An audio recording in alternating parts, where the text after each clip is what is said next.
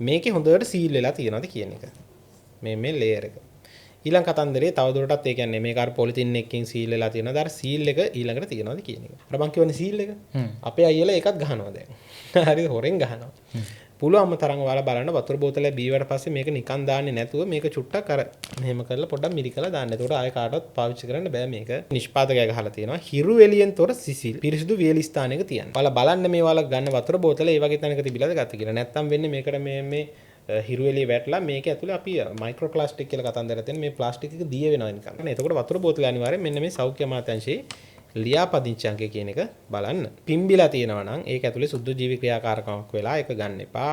ඊළඟට මලකට කාලා තියෙනවා නම් ඒ ටින් එක ගන්න එපා. ඊළඟට තමයි මේ වගේ තැලිච්ච ටින් තියෙනවා නම් ගන්න එපා. මොකද මේකේ ආහාරات එක්ක ආහාරයි ලෝහයයි ගැටෙන නැති වෙන ගාලා තියෙන ලේයර් එක මේකේ හානි වෙලා තියෙනවා. නිෂ්පාදකයා කියලා තියෙන මේ අධිශීතකරණ මස් හොඳේ ඍණ 18 උෂ්ණත්වයේ ගබඩා කරන්න කියලා. එයා ඍණ 18 උෂ්ණත්වයේ ගබඩා කරොත් මේක යා කියනවා 2026 1.7 වෙනකම් පාවිච්චි කරන්න පුළුවන් කියලා. හිරු එළිය සහ තාපය ඇති ස්ථාන වලින් බැහැරව ගබඩා කරන්න කියලා තියෙනවා. ඒකට හේතුව තමයි මේකේ අයඩින් ටික යනවා.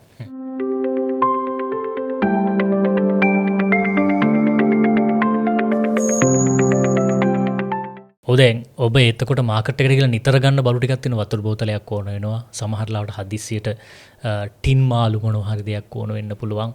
ඊට පස්සේ පොල් තෙල් දැන් මේවා නිතර ඔබ ගන්න දේවල්. එතකොට මේ නිෂ්පාදන තෝරගන්නකොට අපිට සමහරලාට පොඩි දැනුවත් කිරීමක් පොඩි ඉඟියක් එයාට දෙන්න පුළුවන්. මෙන්න මේ නිෂ්පාදන මිලදී ගද්දී ඔබ සැලකිලිමත් යුත්තේ කොහොමද කියන එක.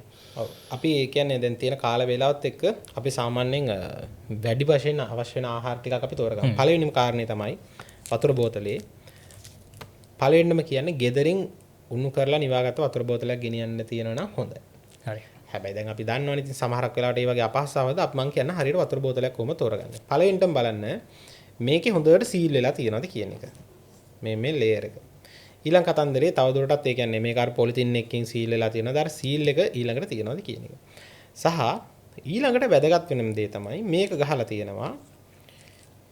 මේකේ නිෂ්පාදකයා ගහලා තියෙනවා හිරු එළියෙන් තොර සිසිල් පිරිසිදු වියලි ස්ථානයක තියන්න කියන එක. ඔයාලා බලන්න මේ ඔයාලා ගන්න වතුර බෝතල ඒ වගේ තැනක තිබිලාද ගත්ත කියලා. නැත්තම් වෙන්නේ මේකට මේ හිරු එළිය වැටලා මේක ඇතුලේ අපි මයික්‍රෝ ප්ලාස්ටික් කියලා කතන්දර තියෙන මේ ප්ලාස්ටික් එක දිය වෙනවා නිකන්. විද්‍යාත්මකව නෙමෙයි කියන්නේ. නැත්තම් කවුරු හරි කියයි ඔය දිය වෙන බොරු කියන්නේ එපා. ඒ කියන්නේ දිය වෙනවා කියන්නේ මේකේ මයික්‍රෝ ප්ලාස්ටික් කියලා එකක් හැදෙනවා. ඒවා අපේ ආහාර වලට යනවා. ඊළඟට කමම වතුර බෝතලේ විශේෂම දේ තමයි අර මං කියවනේ සීල් එක. අපේ අයියලා එකක් ගහනවා දැන්. හරි හොරෙන් ගහනවා. පුළුවන්ම තරම් ඔයාලා බලන්න වතුර බෝතලයක් බීවට පස්සේ මේක නිකන් දාන්නේ නැතුව මේක චුට්ටක් අර මෙහෙම කරලා පොඩ්ඩක් මිරිකලා දාන්න. එතකොට ආයෙ කාටවත් පාවිච්චි කරන්න බෑ මේක. ඊට වැදගත් කාරණේ තමයි වතුර කියන එක අපිට නිකන් හම්බෙන දෙයක් නේ. කාට හරි හිතන්න පුළුවන් මමත් අද ගෙදර ගිහිල්ලා වතුර බිස්නස් එකක් කරනවා ලිඳෙන් වතුර පුරවනවා කියලා. එහෙම කරන්න බෑ. අපි මේ ගන්න ටියුබ් වෙල් එක සෞඛ්‍ය අමාත්‍යාංශයේ අවුරුදු 3කට වතාවක් ලියාපදිංචි කරන්න ඕනේ. ඒකෙදි දෙනවා අංකයක්. දැන් අපි හිතමු මෙන්න මේක. දැන් මේකේ ගහලා තියෙනවා CFA ඇලයිරක් BW 81 ඇලයිරක් 2023යි 12. කියන්නේ මේක අන්තිමට ලියාපදිංචි කරලා තියෙන කවද්ද? 2023 12. 12 වෙනි මාසේ.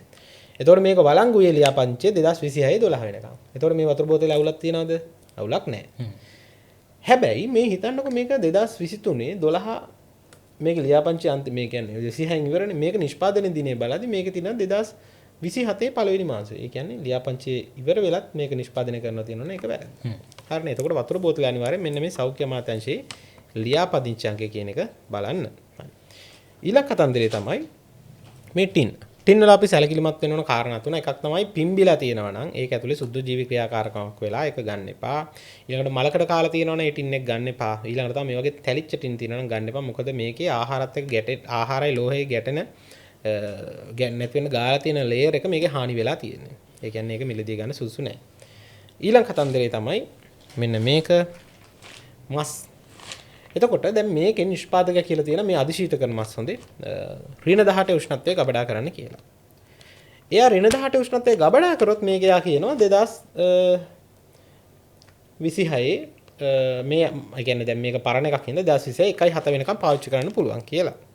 හැබැයි ඔයාලා ගන්න තැන මේක හරියාකාරව ඍණ 18 ගබඩා කරලා නැත්නම් ඊට කලින් මේක එක්ස්පයර් වෙලා තියෙනවා. එතකොට ඔයාලා එක්ස්පයර් ඩේට් එකක් තිබ්බත් තේරුම් ගන්න මේ කුණු වෙලා. ඒ නිසා කරන්න ඕනේ මොකද්ද? මේ ඍණ 18 ඕනම ආහාරයක්.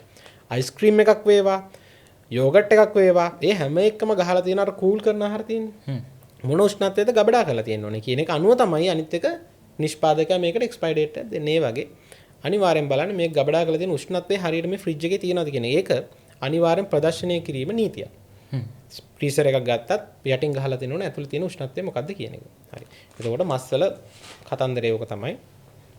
ඊළඟට මේ ලුණු වල කතන්දරේ ලුණු වල කියන්නේ සාමාන්‍යයෙන් හිරුවෙලේ සහ තාපය ඇති ස්ථාන වලින් බැහැරව ගබඩා කරන්න කියලා තියෙනවා. ඒකට හේතුව තමයි මේකේ අයඩින් ටික යනවා.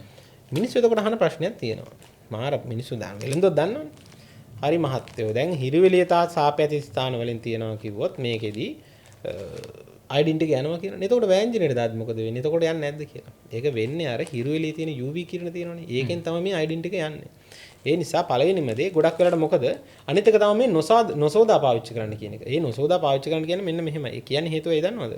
මේ අයඩින් කියන එක ඉක්මනට වතුරේ දිය වෙනවා. අපේ මිනිස්සු මොකද කරන්නේ? දැන් ඉස්සර නම් අර ඔය ඉස්සර පුරුද්දට එහෙම කරන්නේ අර කෙනාට මේක හොදලා අයින් කරනවා මුලින් පළවෙනි ටිකනේ. දැන් එහෙම අවශ්‍ය නැහැ. මේ පිරිසුදුවට ලුණු ටික තියෙන හින්දා එහෙම කරන්න ඕනේ. මොකද ඔයාලා සෝදලා අයින් කරොත් වෙන්නේ අර තියෙන අයඩින් ටික යනවා. ඒ අයඩින් වැදගත් අපිට ගලගණ්ඩේ වගේ රෝග හැදෙන එක වළක්ව ගන්න. ඒ කියන්නේ සාමාන්‍ය ස්වභාවිකවත් හම්බ වෙනවා අපිට. හැබැයි ඒක ප්‍රමාණවත් නැති හින්දා තමයි මේ පිටින් අපි අයඩින් ප්‍රමාණය දෙන්නේ. ඉතින් ඔය එහෙම දෙයක් කරොත් අයඩින් ටික යනවා.